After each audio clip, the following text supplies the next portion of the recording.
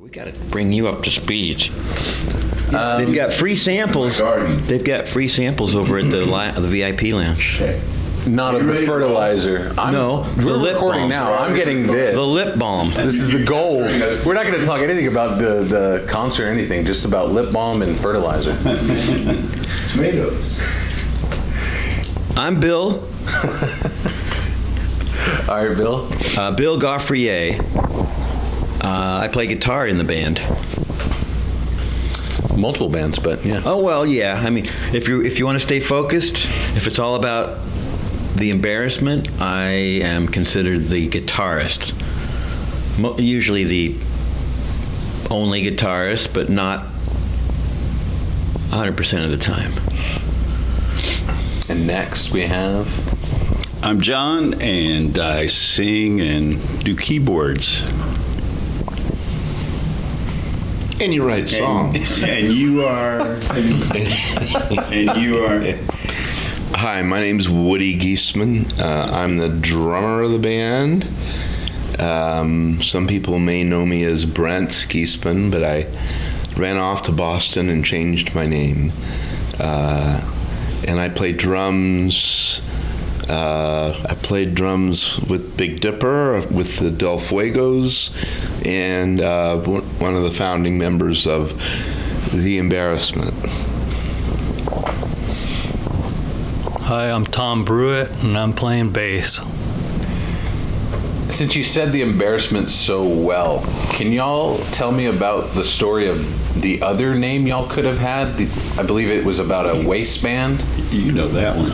So for some reason, it's the only other option because we had at least one whole sheet of paper, front and back, filled with names at our rehearsal space, which was our bass player's house at the time, and throughout that day, or maybe it was multiple days, names kept being added to the paper and maybe sometimes crossed out, but I think it really was narrowed down. Maybe it was gonna be the Elastic Waistband, because it made us laugh a few times, like, what about that? And then it'd be like, okay, joke's over. Now we need to really think of a name. So luckily, the Embarrassment option came up, and again, it made everybody laugh. I don't know, did everybody get it at first, or was it kind of like, had to let it sink in? Like, think about it. No, really, really? Think about it. I think you characterized us that it has to be embarrassing. We kind of went through that process before we got to The Embarrassment. Well, see, we had enough of a garage kind of background and association that we thought maybe the Elastic Waistband was kind of like up there with the Strawberry Alarm Clock, if you're familiar with, like a one-hit wonder from the 60s, and, like the Elastic Waistband. And it had band in it. So it's kind of like, Sgt. Pepper's Lonely Hearts Club Waistband. Kind of following along. I wonder what your fans would be called now. The Wastes now. See, that's why it didn't work. Like, you start thinking it through and you realize, it only goes as far as like the initial chuckle. But the Embarrassment, you could keep thinking about the different levels of it. Like, yeah, I know we talked about we talked about it's a detrimental name, and it's an uncomfortable emotion. I mean, it's pretty intense when it comes over you, right?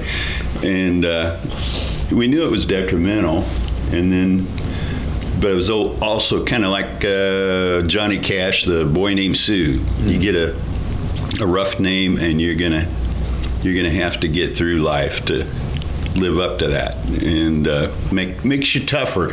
And we were thinking, we'll put that expectation out there. The Embarrassment, no, I don't know. And I think remember when we were playing Memphis, and we got there and there was barely anybody in the club, and somebody that did show up ended up being a great fan, they said, well, the scene there thought that we were a scary joke band, and they were afraid to come. Oh. Afraid to come. Thank you for reminding me the origin. Okay. So Yeah, you four because guys with glasses we were ended the up- scary one. We ended up working that into a graphic. I think it was part of the insert into Death Travels West, that you had this scary clown face, and then around the perimeter, the words say, "Memphis feared the scary joke band." So we kind of we took that, we celebrated that, that creating that reaction in people. Want to hear a scary joke? I love the Johnny Cash reference, because it's making me think that we should, especially if we might someday have a session like, I don't know, in Nashville per se, that we could have a story song kind of like Boy Named Sue, but it would be the story of how the Embarrassment got its name, be completely fictional, like, some father figure burdened us with that name, and then we had to, like you said, we had to show that we were strong enough to live beyond that name, and not, it toughened us up. Saddled with a rough name. Oh, man. When did you guys get into the Flatiron Building? When was that started? And I mean, we don't have it anymore, so it would have been awesome to see you guys play there now, but what was it like back in the day there? So that was orchestrated by our dear friend and then acting manager, Dan Rouser. Is that the spooky guy behind us? He's the scary guy up there behind us, who made that connection because he supports the painters and the artists and culture, creative culture of Wichita, and understood the challenges we were up against. Painters didn't have a place for community. Our music, being somewhat alternative, didn't have a place to kind of feel grounded. So Dan, luckily, made a deal for the Flatiron Building, which was originally a bank, I believe, that on Broadway and 21st Street, and we were able to move in multiple artists, painters, including Bill and I. Were you in there, John? No. Took over artist space up on the second floor, and the first floor was where the band rehearsed, and there was the vault left over from the bank, which is where we stored our equipment, and the governor of the building was Eric Cale, who at one point was actually living there. No one was supposed to know that, though. What about I thought it was that artist Chris Malugian, who had the downstairs largest space. I thought he was the one who secretly was living there. Okay, this was 40 years ago. I don't really remember. I should probably stop talking. Oh, well, I kind of remember. I might have an advantage because I think I went to a documentary screening at Watermark Bookstore in town. And it's been a few years back, and I think I learned that from the history that was shared there, that building also had a previous life as a really hip kind of beatnik, folk poet club, everything that you'd imagine like early 60s beatnik period, and it was the Forum. I might be pasting and cutting different time frames, but when we moved in, it still had the signage called it the Forum. So we were always confused about whether to call it the Flatiron Building or the Forum, because there was also historically in Wichita there was a huge venue downtown where Century 2 is, the Wichita Forum, and it was for big things. So this was a little version, the Forum, as a club. It also a newspaper office ran out of there. It had many lives other than the bank, the initial bank run. So it's rich history of Wichita contained in that one little space, that one unique, odd, quirky even little space. And what more appropriate physical space for the unique, quirky, odd I have a story people I want to share. Community of Wichita. Let's give it to Tom. He's in charge. So the Flatiron Building was located right by the train tracks. Yeah, just north, yeah. And I had an interesting experience. There was a young man who apparently jumped on a train and got off the train right by the building. And he had a drum cymbal with him. And he said, do you want to buy that cymbal? And I said, yeah, I'll buy. I think I only have like $10, but he's like, I'll take it. I still have that cymbal today. And it was a Zildjian cymbal that he said that he had stolen from a recording studio in Tulsa, Oklahoma, because they didn't pay him for his recording session. So he grabbed the cymbal, and I have no idea if any of this is true. Let's be clear. This is like 70s, like 78, 79? Early 80s. Early 80s, okay. I don't remember, Bill. Early 80s. I don't know. I'll vouch for you. What day is it today? You were there then. Okay. And so, but I bought the cymbal, and then he told this wild, kind of convoluted story that he had stolen it after not being paid for a recording session in Oklahoma. And on the recording session was Spotlight. These power hitters. Wasn't it the $1 Million Quartet? The $1 Million Quartet. Oh, wow. No way, really? That would have come from Sun. You got to talk into the mic. Well, that would have come from Sun Studios in Memphis. Because I don't remember the cymbal part, but you triggered my memory. And I wasn't there when this happened, but I remember somebody being all excited, telling me about the guy talking about having the master tape recording of the $1 Million Quartet, which was the first time we'd ever heard of it, But like, Mike what? McGee found it up in the tiles of the recording studio, and he found the master tape. Well, Mike McGee was who he was our first Oklahoma producer-engineer. Yeah, we were sort of self-producing, but he was at least our engineer. So that would have been a bizarre coincidence if Mike McGee was the one who had his hands. It doesn't make sense that this guy would show up at the Flatiron Building and have a connection to the recording studio in Oklahoma that we used for our EP. That's why I said it's an interesting story.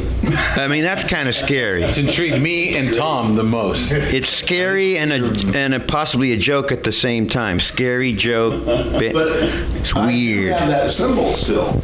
I still hold that cymbal in my collection. I have evidence of this happening. of a Zildjian cymbal that I bought for like $10 or $20, and I love that cymbal. But I remember being in the studio with Mike McGee, the person that was recording the band, and he disclosed that they had looked up into the ceiling tile of the studio and found this master tape. Now, who all was on that session? Well, the $1 Million Quartet was Johnny Cash, Jerry Lee, Elvis, and Carl Perkins? Yes. Carl Perkins because he had the guitar. Yeah. And of course, I mean, So basically, you guys like played with the $1 Million Quartet is what I'm going with. If you want to summarize it. Well, here's the thing: is Ron Klaus is no longer with the band, and so we're looking for a new name. And I'm thinking the $1 Million Quartet might be who's going to be performing at the Orpheum tonight. That's right. Here, hold that piece. It's not getting used anymore. It's our name. Yeah, no one's left to take it. Are we done? Because I'm going to quit the band right now on film. I'm curious. You said something earlier, Woody. Alternative. You said something about you were trying to say the music, but how would you guys classify your music. You guys came up with something called Blitz Pop, but I mean, most of us think of it as punk. Blister pop. Blister Pop, that's it. What the hell Play is on Blister words. Pop? Blister pop was that came from I think our Ramones influence of playing fast and pounding, and it just seemed appropriate. Blister You guys went on tour with them. No. You opened for them. Opened? Yes. Okay, I got one of them right. Yeah. We In Wichita. That was in Wichita out at the Cotillion. Yeah. and I'm sorry. Are you done? Yeah, I'm done. In a way, it kind of bookended a little bit of our Wichita existence, because we first saw the Ramones like their first trip out to the Plains state or Plains region. We drove up to Kansas City, which is 180 miles, but that was nothing to see a show that you wanted to see. So we went up there, and they were playing 2 shows at the same venue, which was like a big bar, big warehouse kind of bar venue, but it was an early show and a late show, and you could buy tickets to either one. Well, of course, we bought tickets to both. So after the first show, they emptied the venue, but then we explained but we have tickets to the second show too. So okay, you guys can just stay and hang out. So we ended up hanging out and playing pinball with the Ramones, because between their shows, that's all they wanted to do. They came out, and there was one pinball machine in the whole bar. So we were all hanging out around the pinball, and we were just like, giddy little children. And to see that, and that was a big influence. There was also a punk fashion show. That's right. Worked into because they had to find a way to like draw people in. Hey, everybody, come to the Ramon. Wear your punk fashions and win a prize. And John and Woody were both on stage for the punk fashion show. I had no fun fashion. And John had like a ski mask over his head, so he was a big hit. And the picture ended up in the newspaper, like the Kansas City newspaper, because they were covering it. It was such a big deal that the Ramones had come to town. That was big news then. And they even had a picture of the fashion show part, and these 2 guys are in the photo on stage. We hadn't even had a band yet. It was because it was like 76 or something, maybe 77. But that experience, big influence. Ramones were a huge influence. And then our very last Wichita show, I know the movie made a point of mentioning the date and showing the marquee at the Cotillion says Ramones and the Embarrassment, May something, 1983. And that was our last show before we packed it in. Ran off to so Boston. We had that Ramone, and as I remember, by then it's like Ramone. I barely even paid attention to the Ramone set. That's how much between those years. I was like, I don't really care anymore. Like, Ramone, yeah. I don't remember wanting to talk to the Ramones, or like, I've seen the Ramones. They're kind of slowing down now, I think. But They were great. And they were great that night. Here, then you say how great they were. Well, I think that we relate to this experience as well. You might put on your best show in a small town to like 10 people, right? As opposed to getting all like worked up for a big show in a big city. The Ramones put on a fantastic show. To this day, I say top 10 performances I've ever seen was the Ramones in what year is this? Are you talking about the later one or the first one? The first time we played with them. So 83. 83. Okay. And then I ran into Joey Ramone in New York at some club. I don't even know, some kind of a record release party for the band I was with, the Del Fuegos, and Joey was there, and I'm like, Joey, we got to talk, man. And I saw you in Wichita, Kansas, and he was like, and you guys were so on fire that night, so tight. I mean, you had a nice audience. It was a really good turnout, but it was Wichita, Kansas, and for me, you put on this amazing, amazing show. And he just kind of looked at me and he said, yeah, it takes a lot of LSD.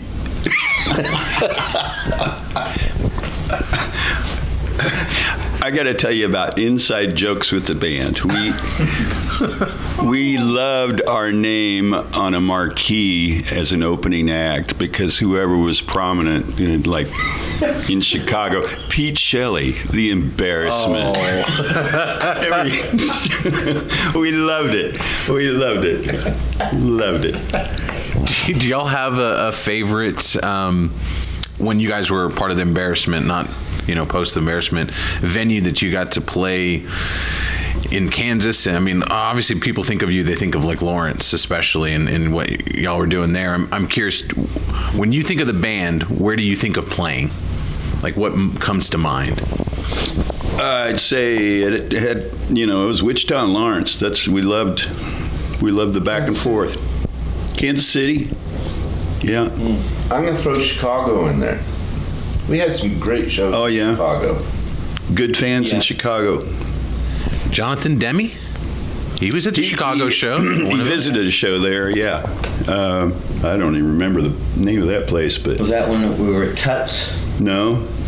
It was something else. Public Image Limited show? That was in a big theater setting. I mean...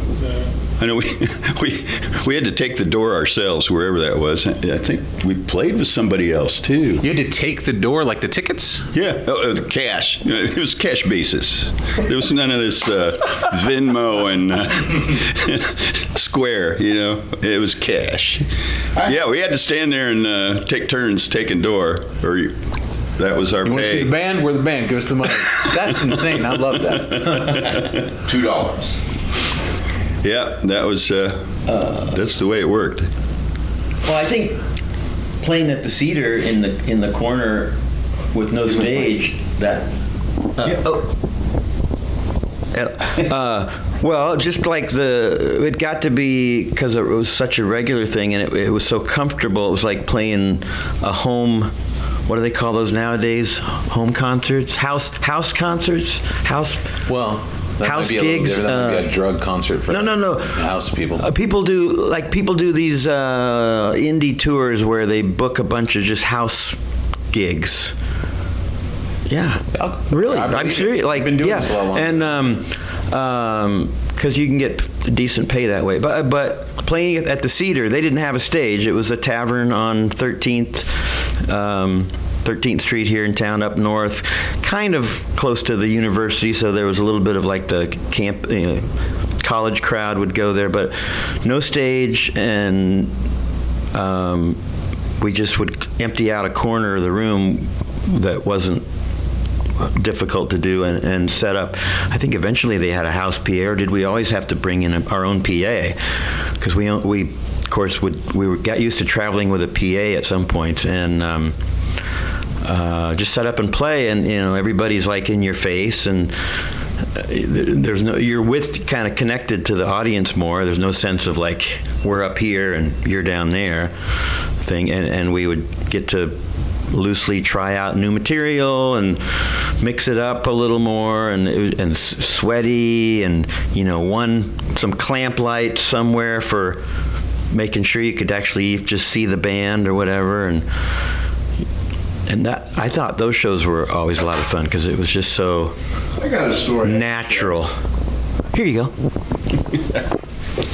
So one of my favorite stage experiences was I think our friend Dan Rouser got us hooked up with the opening of the Danceteria in New York. Was that?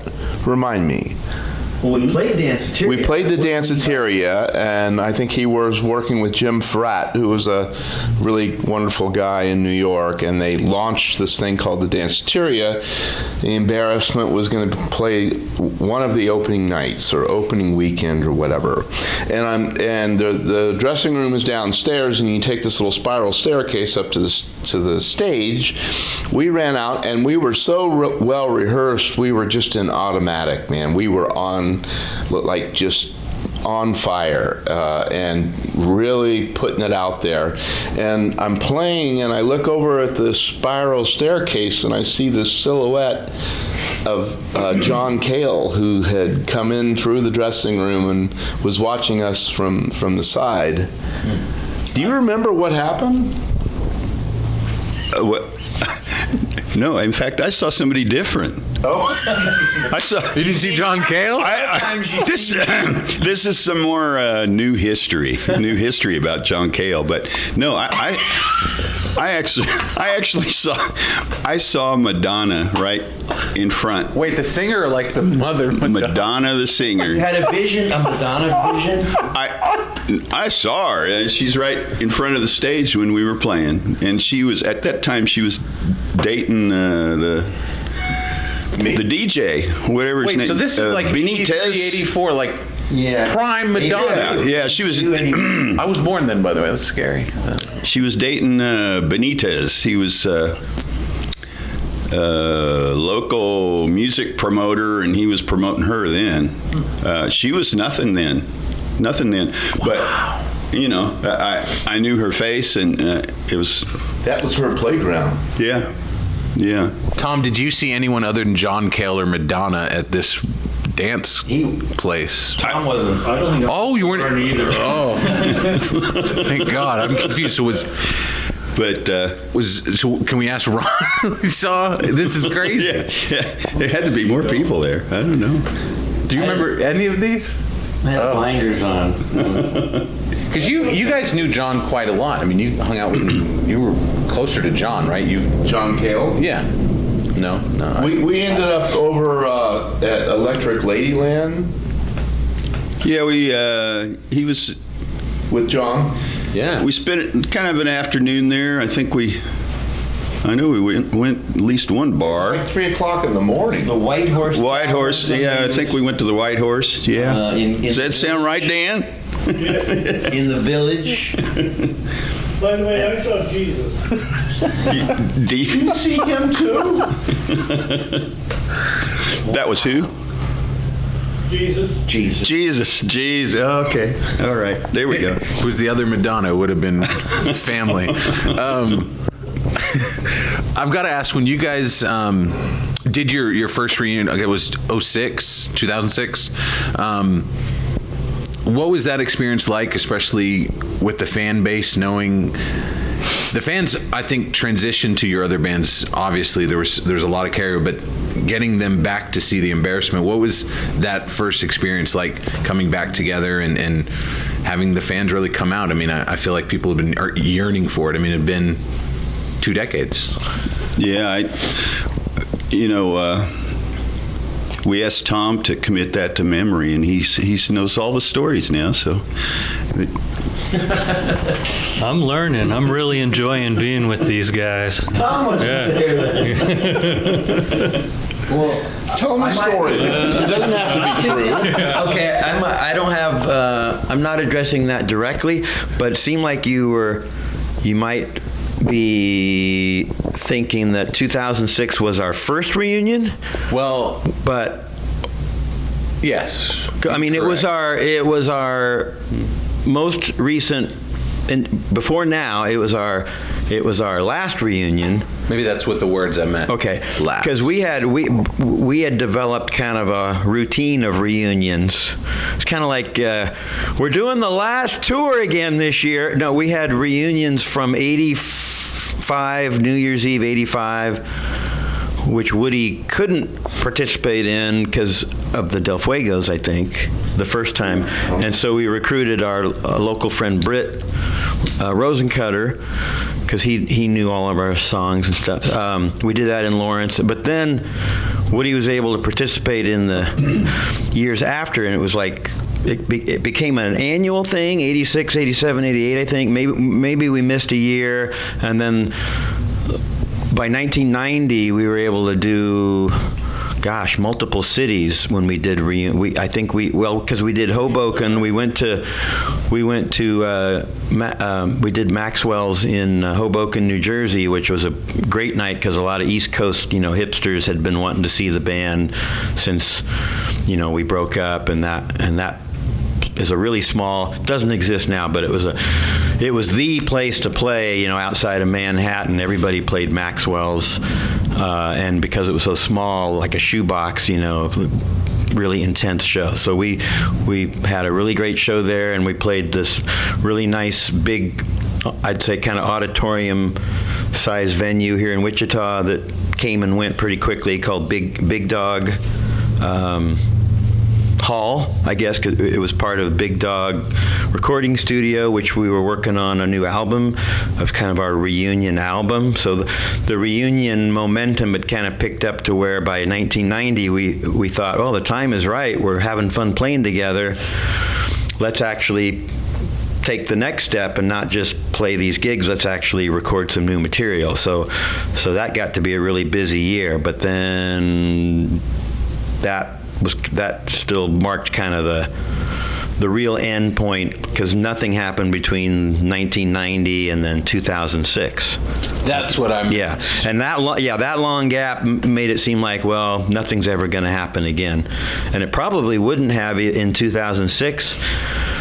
And I would ask Dan Featherston, the one of the directors, to clarify this, but it seemed like it was his reaching out to some of us with his, like, pitching this film idea, this documentary idea in 2006 or even the year before, that got us thinking about, oh, maybe we should plan a show. Because I think he explained that, how he had it in his head, like, I want to do a documentary, and maybe like the finale of it would be that you guys now would play another show, and I will get together a big camera crew, and we'll document it in really good quality video, which he did. But it was like, he got us thinking, well, that sounds like fun, and we're honored that you would think it's worth doing all that, and we can look into it if we can find, if there's enough interest. It ended up being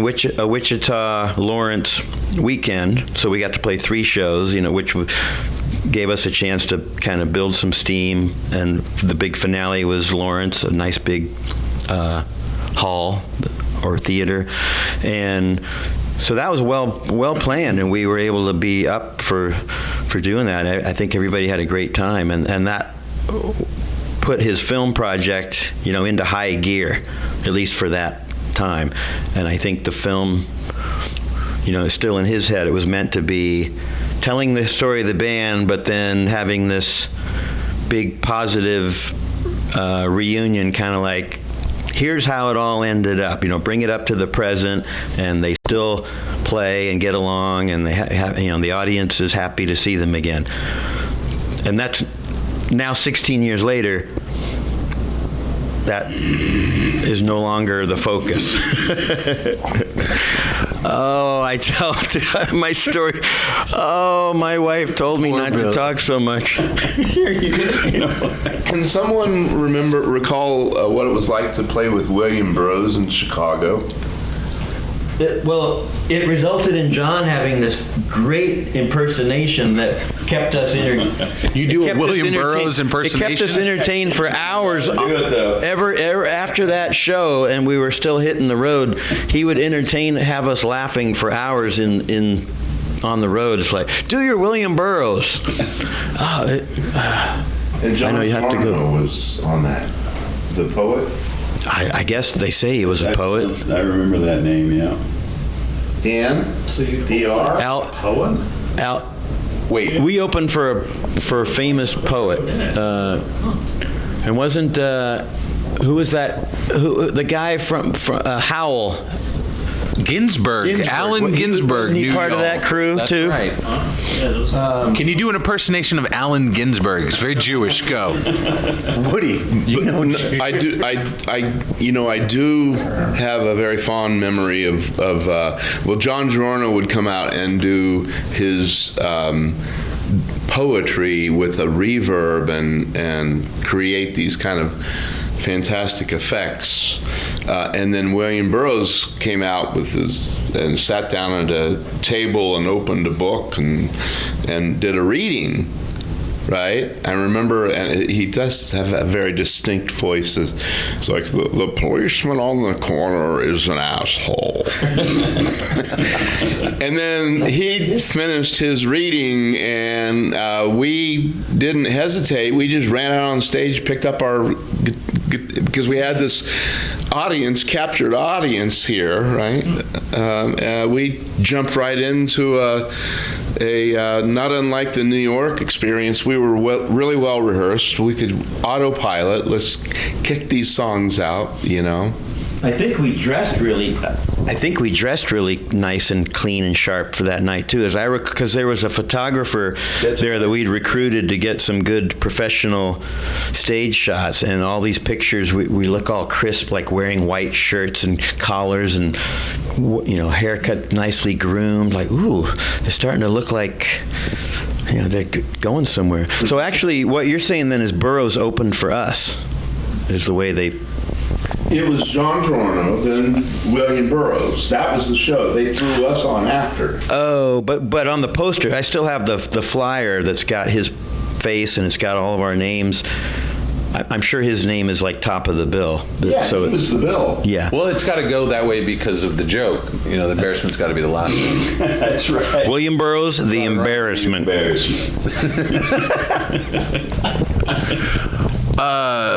There's a Dan there. There's two Dans that directed the film. Do you guys like guys named Dan? Oh man, we're trying to keep it all straight. Yeah, it's. We're using Danny for one, but then there's still two Dans, so we have to be Daniel. Yeah. Featherston, I think. Speaking of names, why Woody? Or how did you get the name Woody? Because you said you got it in. Do I have to be honest? I won't know, so I can do whatever you want. Excuse me. I need to consult with my rhythm set. Do I have to be honest? Okay. Let's hear the truth. All right. So I ran off to Boston, joined the Del Fuegos, got signed to go to the West Coast to record an album, and my name was Brent Geisman. The record company said, kind of waspy. Do you have like a nickname? And I said, well, the night that I got absolutely inebriated and jumped on an Amtrak train with a one-way ticket out of town, my friend Jim Rosencutter called me a blockhead. And that was our parting words. And from blockhead came the name Woody. And the band, the Del Fuegos, and the record company said, that's it. We'll call you Woody. So my first release on the Warner Brothers / Warner Brothers was Brent Woody Geisman. After that, we dropped the Brent. And now it's like, the only person that calls me Brent died, my mother, right? Bill occasionally calls me. I like to call you up on the phone and say, Brent. See, it's Bill Goffrier and Brent Geisman. We were gonna call ourselves the Bee Gees. Here, hold that for a second. I like to call him Woodman, the Woodman. Wait a minute. You thought it was a penis thing, didn't you? Well, now I kind of do. And that, yeah. Get honest with me, man. Did they consider like banana Geisman? You guys rehearsed this. Speaking of names, who came up with calling you guys the Embos? How did that? That's what the fans do call themselves too. Who was the first one to do that? Do you remember? Who's the first Embo? Was it Alan? Oh, it was Dan. No? I sort of remember using that abbreviation. Actually, at first, I really didn't like it, but you just have to accept some things. My granddaughter hasn't accepted it yet. She insists. In fact, I had it written on the calendar at home in the kitchen so that I wouldn't forget to show up today. I put on the calendar Embo's Gala on this date, and she erased the O and changed it to an A. Said, Grandpa, that's not how you abbreviate embarrassment. You're not the Embos. Embas. Embo doesn't make sense. Okay. So she's... I'm calling Siri. Embo. Embas. I'll trust the little girl over Siri. Could you please say that again? Embo. She'll be at the show tonight, so should have her introduce us. Ladies and gentlemen, To the roof. the Embas. Embo Railroad Station. Ooh, that's actually kind of funny. Yeah. So, any other guests you got tonight? I'm just kidding. Knowing that this show is going to be out on because it's an outdoor, we're going to do it right out front of the Orpheum. No, we're going to do it inside. No, on Orpheum stage. We're gonna be Okay, so it is right on the The stage. audience will be outside. Okay, that's what I was thinking. Yeah, we're going to play inside, but we're not allowing people in for that. You're being okay. How much fun is it, or how excited are you guys? I mean, you guys are going to show the film, and then it's going to be a crazy night. What are your Crazy. feelings about tonight, other than you putting it on the calendar and its importance there? Well, I think from my point of view, that says a lot right there, that it was on my calendar. It means I take this very seriously. You guys? For the whole last month. I think I wrote it on there even before I tore off the August sheet. I'd already written it on the September page. If you're following me, you can picture that wall calendar. So I've been anticipating this for months and months. I've been preparing physically, mentally, emotionally, exercising, routine, practice. Speaking of practice, you guys finished your rehearsal early. I was told that you guys were so awesome. You said, we got it. No? Well, that was before. Here you go. Oh no, we're feeling great about where we're at. It's been so many years, and we got it together. It's really neat to see. We're excited. It's exhilarating. It's like we're all old guys, but we're not in the depends yet. But I'm sure it's going to be just as exhilarating to be talking to somebody and just relieving yourself. And We learned from Elton John that it's okay to just let it go. Literally. Woody, are you going to like this? I was looking forward to hanging out with these guys and laughing, and of course I love playing music, and I love that Tom, who's a very melodic bass player, has taken the time to show up, and we all did our homework. We came in and kind of blasted through the first rehearsal, and it really kind of settled in, and I think you're going to find the band to be at a kind of a very high level of performance tonight. I just love playing music, and telling lies. And telling lies. And then I think I'm gonna, after this, I'm gonna. I can't think of a good one. I need a good one. What? Well, I've got kind of a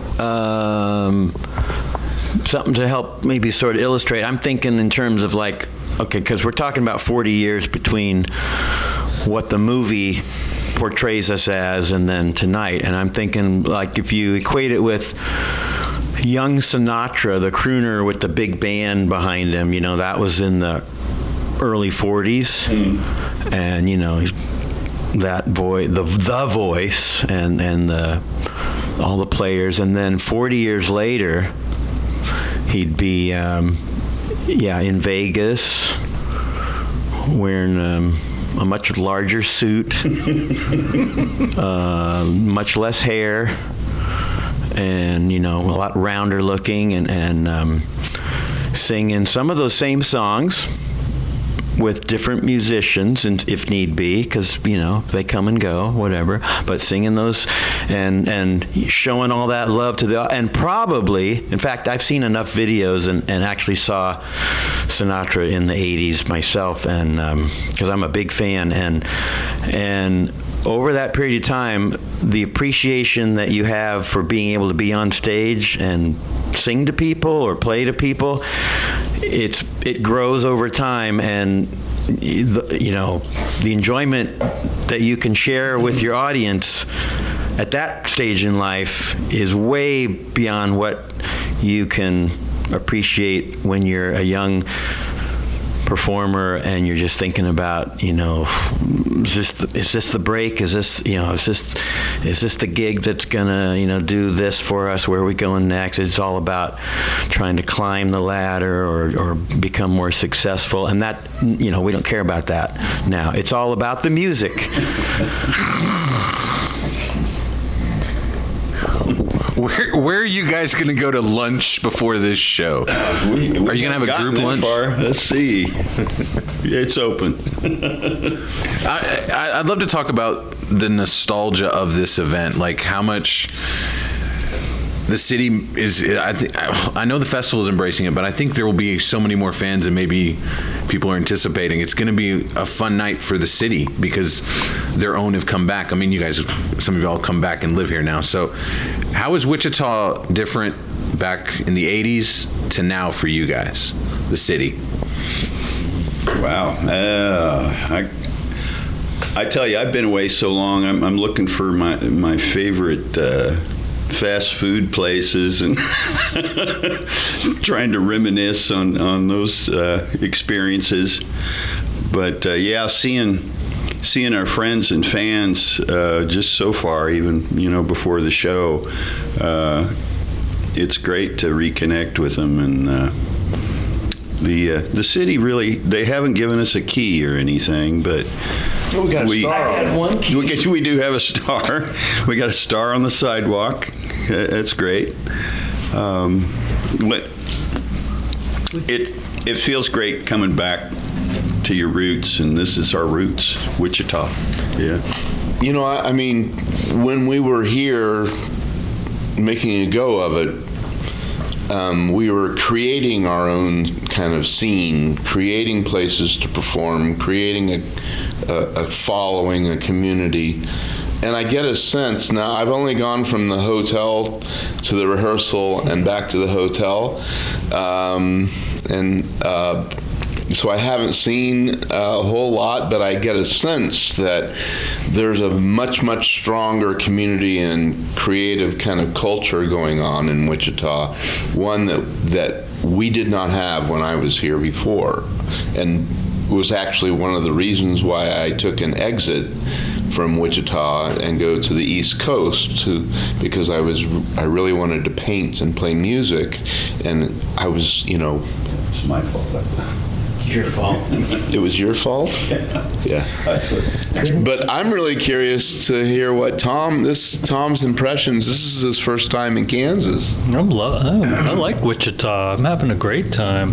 They've taken me on all the scenic tour, the history. I saw where Ron Klaus's house got wrecked. That was just yesterday. That was exciting. Yeah, it's been fun. Where Mr. Brown lived. Yeah. Who complained about the volume? It was down the street. They must have played really loud. That's right up there, like Keeper of the Plains, Ron Klaus's house address, Mr. Brown's house, the Sedgwick County Zoo. That's it. I've forgotten who Mr. Brown was. Please tell the story of who Mr. Brown is. Who was he? Mr. Brown. He's in the Sex Drive. He was immortalized. Yes. The song, yes. Our anthem. He was a down the street neighbor who would complain to Ron that it's too loud. You're too loud. He'd call him on the phone. You're too loud. So did we bury him? Or? No, we would carry on anyway. Woody, he's going to be at the concert. He's like 90. So he's our guest. You're still too loud. He's a special guest tonight. Supposedly. Yeah. Here, that was a great question, by the way, about Wichita. Mr. Brown. No, sorry, no, I don't care Tom's about it. question. Well, I had forgotten. Luckily, John pointed that out to us yesterday because we were on Indiana Street where Ron Klaus lived. If anybody who knows the song "Ron Klaus Wrecked His House" kind of knows some of that from that, and then the Sex Drive song it has some of the same characters in it, so there's an overlap there. Sorry, but Wichita. See, I came back here ahead of these guys. Well, I'm the only one that lives in town anyway, but it's been 9 years now. And you paint. And I'm a full-time artist in town, but my point is that has given me more knowledge. I mean, I'm constantly meeting other artists and local business people. Wichita was always a great place to start a business and to launch a creative project. I mean, maybe not when we were first doing it. We struggled, and that's part of our story is that we just thought, well, why shouldn't this be happening here? We were just like, oh, there's all this cool stuff going on. Why shouldn't it be happening in Wichita? We want it to be happening here. So we just made it happen, whatever we wanted to happen. But in the years since then, and because we all left town, Wichita, really blossomed as this art community. It supports art and music and small business. It's fantastic for that. So I see it happening all the time. I don't even feel like I don't even keep up with it that well. I kind of do my own thing. But some of the people who I talk to about the band give credit back to, because I would never claim this credit, but they'll refer back to the scene that you guys had back then, that's where all this started. That's where all this came from. It was like, that was the genesis of it. And all these subsequent artist groups, generations now of artist groups and bands that have come and gone, punk rock in Wichita goes back, several generations now. You gonna cut it? Pull it. It's and I'll end that with to think that people would come to support this to sort of celebrate, that history going way back to that, because they're acknowledging that we had something to do with where Wichita is now. I feel like really humbled by that, kind of almost like that's too much to, whoa, we're not worthy of that. But, maybe, whatever people say and observe, we should honor their observation about it. If people say that's the way it happened, we'll just accept it, whatever you say. And you are? You are. I don't think there's a better way to end it than you are. So, guys, thank you so much for chatting with me. It's been a real pleasure. Can't wait to see what tonight brings. And yes, thank you guys for coming back and reuniting again. Thank you. Solid. Got it? Peace out.